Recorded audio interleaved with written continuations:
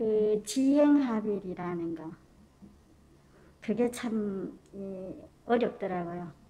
지행합일. 이 지행합일이 이렇게 조금 어느 세월을 좀 살고 했는데도 이게 참 어렵다. 어떤 이런 게 조금 도움이 될 수 있는 도움이 하여튼 그런. 그거는요. 예. 이제 아는 것과 실제 자기 행하는 거에 그 갭을 말씀하시는 거잖아요. 근데 그거는 어찌 보면 당연한 겁니다. 우리가 이게 이제 아는 대로 다 만약에 실천을 할 수 있으면 그게 이제 아라한이죠. 그러니까 우리가 부처님 말씀을 들은 만큼. 그래서 제가 이제 말씀드리는 것 중에 하나가 결국은 이거는 이제 우리가 바른 견해라고 하는 거를 우리가 배우잖아요. 그죠? 여러분이 제가 말씀을 드릴 때는 그래 맞아 그런 거야 이렇게 생각이 들지만 이게 또 좀만 지나면 또 금방 까먹거든요. 망각이 돼요. 이게 시간이 지나면. 그래서 이거를 망각되지 않도록 계속 반복해서 거듭 노력하고 또 이거에 대해서 우리가 계속 깊이 사유도 해보고 이런 과정을 거쳐서 이게 이제 어떻게 되냐면 우리 마음속에 이제 습관이 되는 거거든요. 그래서 이걸 사띠라는 것이 왜 불교에서 사띠를 많이 강조하느냐 하면은 지금 우리가 이제 사띠라는 걸 저기 서양에서 있잖아요. 그 명상 이런 거 하는 사람들이 가져가서 자기들 용어로 바꿔버렸어요. 원래 사띠 의미는 그런 의미가 아니거든요. 근데 이 사띠라는 게 결국은 이제 원래 뜻이 기억이란 뜻이거든요. 그러니까 우리가 어떤 불교 공부를 하면서 이제 여러분들이 지혜가 생겼어요. 근데 그 지혜가 24시간 행주자와 어느 때나 작용이 되면 그게 아라한이 아니겠어요. 그죠? 근데 우리는 그렇지가 못하단 말이에요. 또 들을 때는 이제 막 내가 다 아는 것처럼 보이는데 막상 또 어떤 화나는 상황에 도달한다거나 뭔가 되게 이제 욕심나는 상황에 어떤 조건에 딱 부딪히면 또 막 그 원래대로 돌아가 버리거든요. 그러니까 이것이 그렇게 되지 않도록 항상 이제 수행한다는 건 그런 걸 반복해서 계속 훈련하는 거예요, 우리 마음을.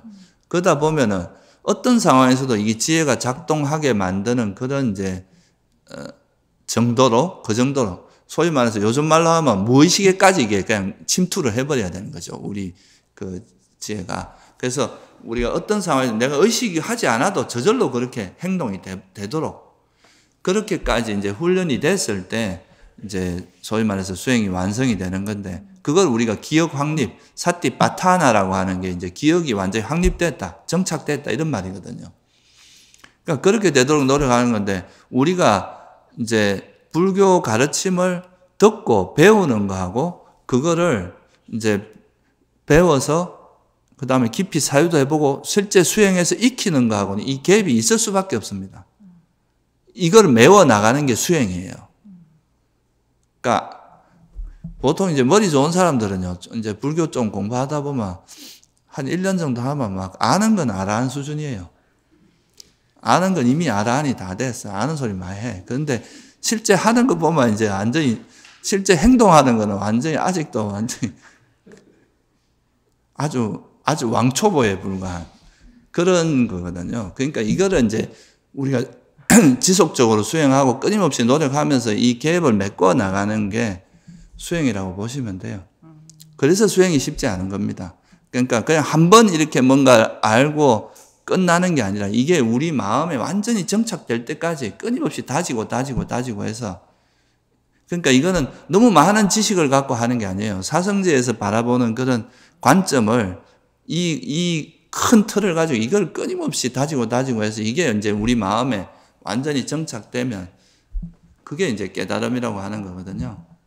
그래서 보살님이 고민하는 그런 것도 너무 이제 수행하실 때 자기 수준에 너무 멀리 있는 거를 자꾸 이래 생각하지 마세요. 그거는 그런 게 일종의 탐욕입니다.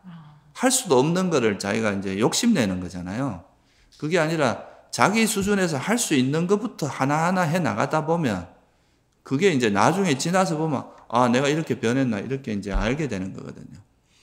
그러니까 우리가 경전에 보면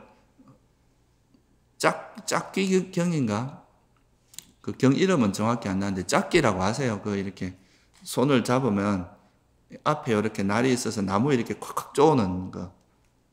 그런 거 있잖아. 연장 중에. 그죠?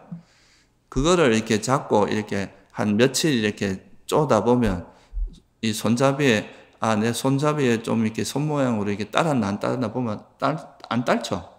근데 아무 생각 없이 계속 그걸 한 3년쯤 쓰면 이게 손을 닿는 부분이 쑥 들어가서 손 모양이 나오잖아요. 수행도 그와 같은 거예요. 우리가 지금 현재 할 수 있는 걸 꾸준히 하다 보면 이게 1년, 2년 지나다 보면 어느 순간에 내가 이전과는 굉장히 다른 마음 상태가 돼 있구나 하는 거를 스스로 알게 되는데 하루 하고 나서 얼마 변했고 하루 하고 나서 왜 빨리 내가 이게 번뇌가 안 없어지냐 이렇게 한다고 해서 그게 되는 게 아니거든요. 이거는 정말 그 마라톤 같은 수행입니다. 단거리 경주가 아니에요, 이거는. 이게 보통 우리가 뭐 일주일에 한번 깨닫게 해준다. 그런 건 다 사기라고 보면 돼. 보통 우리가 그 세속에서도 많이 사기 당하는 게 뭐예요? 단기간에 이자 높게 준다고 했는데 있잖아요. 그죠?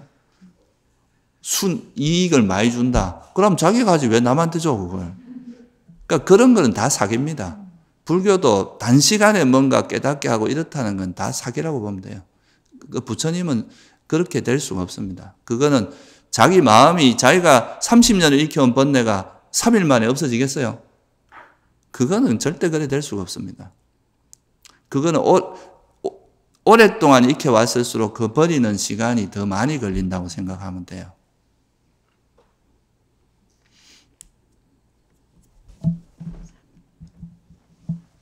하루하루 그냥 수행하는 그 자체를 즐기세요. 내가 조금씩 나아가는 거. 예를 들어서 뭐 우리가 저 산에 갈 때도 결국 우리가 할 수 있는 건 뭐예요? 한 걸음 한 걸음 걸어가는 것밖에 방법이 없잖아요. 그래. 근데 이제 한 걸음 한 걸음 지치지 않고 가다 보면 어느 순간 정상에 도달해 있는 거 아니에요. 그죠? 수행도 그런 마음 자세를 해야 됩니다.